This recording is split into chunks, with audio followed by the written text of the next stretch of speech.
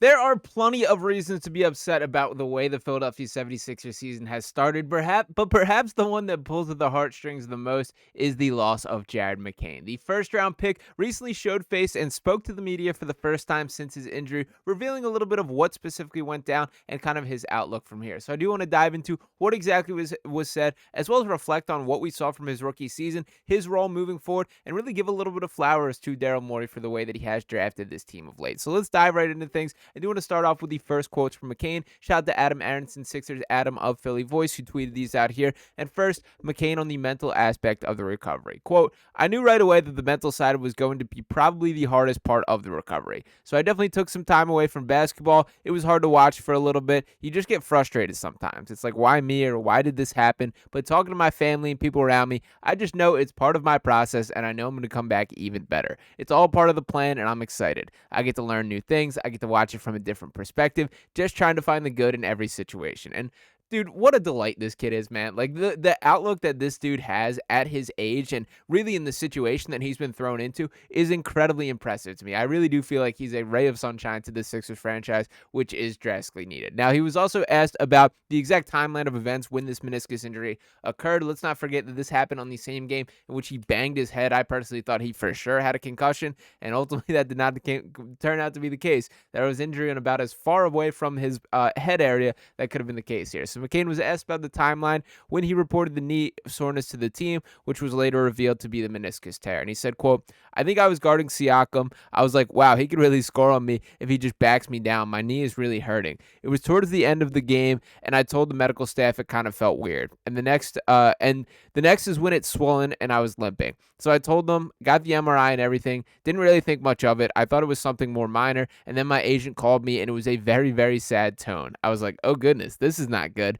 And they told me. It was hard. I mean, I started crying. It was very tough to hear how long I'd be out for, and to know I worked so hard to be in the NBA, and now you just get it taken away from me so quick. So it was tough, especially that night. And then surgery. I don't like needles, and I don't like don't like anything medical wise. So I didn't even want to hear what was wrong with me or anything. I just wanted them to do it, get it over with, and luckily I'm good now, and I got a little cane with me, so I'm just taking it step by step. So good to see that he is back in the face of the public, being around the Sixers team, who was on the bench last night during the Sixers victory over the Kings. I'm recording this on Thursday at this current point now, so nice to hear that. And I do think that he still should be looked at as an incredibly bright spot on whatever this season turns out to be. To kind of highlight what he finished, obviously we will not see him return to the floor this year, but in the sample size that we did see the 20-year-old, he averaged 15.3 points per game, 2.6 rebounds, or 2.4 rebounds, 2.6 assists, shot 46% from the floor, 38.3% from three. A guy who played with a higher motor than I think any of us were expecting, really brought something as far as his off-ball motion, changed the outlook of this franchise in a lot of ways. And why do I say that? For starters, we know he's going to be an impact player next year. His three-point shooting, the way he can push the break, a guy who, while he still has his limitations, does compete on the defensive end of the floor. And I think this could be a situation where having some time away to actually learn some of the intricacies of basketball, and particularly the defensive rotations, that was the number one thing on the negative side. Again, this is going to be a positive video, so I won't harp on this too much, but the number one thing that I think he needs to improve that really stood out to me, he doesn't have much of a grasp for defensive rotations, and for Nick Nurse specifically, that's something that's incredibly important to stylistically the brand of basketball that they want to play. So I think having a chance to watch that from the sideline and kind of get a view of that could really help him in the long run. Now, granted, it still should overwhelmingly be looked at as a positive for what we saw from him this season. It is not an exaggeration to say that he drastically altered the direction of this franchise. And why do I say that? Is not only do I think he'll be an impact player next year, I think there is a world where he grows into the next generation, potentially even a face of the Sixers. Yes, Tyrese Maxey is still that guy. This is not to diminish him by any means,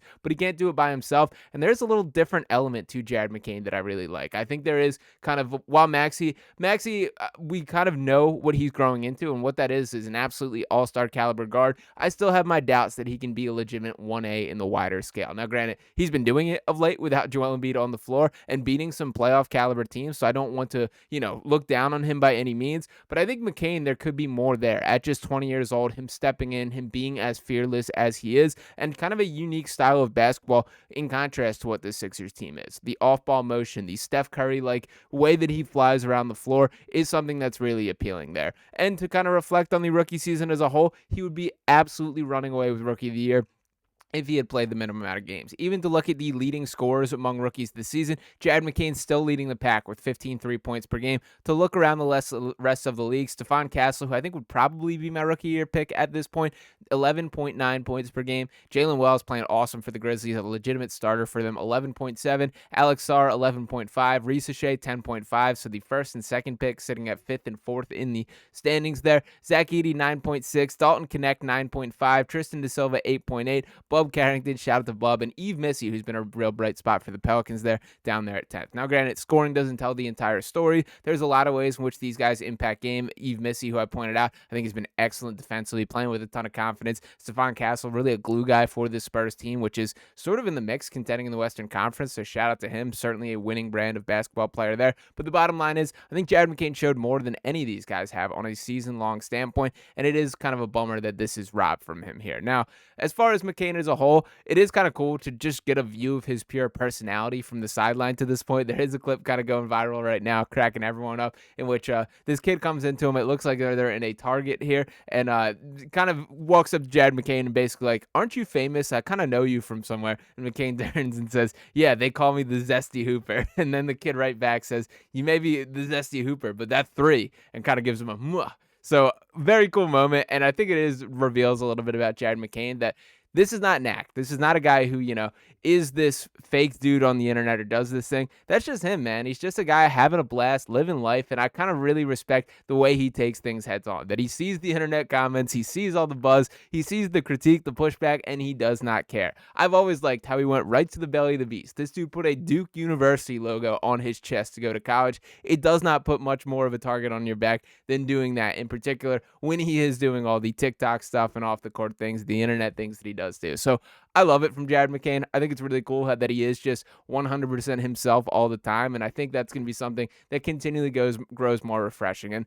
the other thing that I've pointed out since the draft timeline, don't let that get you confused with him being soft, because he is not that. This dude is a dog on the court. He competes. He's running around, flying around, taking charges, doing the little things, diving on the floor. That's who Jared McCain is. So as long as you continue holding up that end of the bargain, I truly do not care what you do off the court, and I think that should be the outlook for everyone there. Now, to kind of reflect on the drafting aspect as a whole, I don't think Daryl Morey gets necessarily the flowers he deserved for the way that he has drafted for the Sixers team. Not just in the draft, but also attacking undrafted free agents and really bringing in some talent to this roster in unique ways. It is fair to have critiques about the overall roster. Obviously, Paul George not working out as hoped to this point. There's other guys running it back with the PJ Tuckers, the Eric Gordons, the Kyle Lowrys, the older guys that he seems to continue to cycle through, but you got to acknowledge both the good and the bad when fully evaluating. And to kind of take a look at the draft class here, obviously this season, Jared McCain and Adem Bona, also a guy stepping up in a major way of late and proving that he is far better than what the 41st overall pick would indicate in a weak draft there. And let's not forget Justin Edwards coming in as an undrafted free agent. Justin Edwards was a guy who was being spoken about as a potential number 1 pick at this time 2 years ago, that he was one of the highest ranked recruits in the country. Went to Kentucky, was expected to have that clear pathway to be a lottery pick, and things did not pan out. Frankly, I think he was better at Kentucky than the perception of him is. He absolutely was outplayed by the guys like Reed Shepherd and Rob Dillingham, who honestly neither one of them have kind of gotten off to the start of the NBA career that they desire, but Justin Edwards kind of making the most of his opportunity. And Nick Nurse is clearly a guy who has spoken quite highly of him. Nurse seemingly loving both McCain and Justin Edwards, by the way. I did want to pull up this quote from Nick Nurse talking about McCain. He said, quote, "Jared kind of has a bit of specialness in that category. He really competed, he played hard, and he's really never seemed to get that tired." Nick Nurse and the spark that Jared McCain brought to the team. But to bring it back to the other draft classes as a whole, did want to acknowledge some other years. So no draft picks in 2023. In 2022, this was the trade that ultimately was for DeAnthony Melton, which was an excellent move there. And then let's flash back to when Daryl Morey first got here. That first season, Tyrese Maxey, a slam dunk draft pick. Isaiah Joe, a slam dunk draft pick, and we can critique the management. He absolutely should still be wearing a Sixers uniform, and it was malpractice to release him in the way that things went down. But the bottom line is Daryl nailed it, and I would put that more in the Doc Rivers conversation there. Then there's Paul Reed with the 58th overall pick, an awesome draft pick. And let's not forget Ricky Council coming in as an undrafted free agent, and I believe the same class, pretty sure the 2020 season. That's a guy who's a role player, and when you can get a role player out of an undrafted role, that is a slam dunk from an organizational standpoint. That is how you maximize asset. So while I'm not saying Ricky Council drastically alters the direction of this Sixers franchise, still a great move by Daryl Morey to bring this on. And that 2021 draft pick, Jaden Springer, who is still suiting up for the Boston Celtics, seems to be in trade rumors once again. A guy who has not quite panned out as hoped, but I still think that was a fine pick for 28th overall. A guy who has had a couple flashes in the league. Still very young. He was the youngest player in that draft, still 18 when he was or second youngest, I believe, 18 when he was still drafted. So I'm not fully selling that Jaden Springer is going to be a nobody.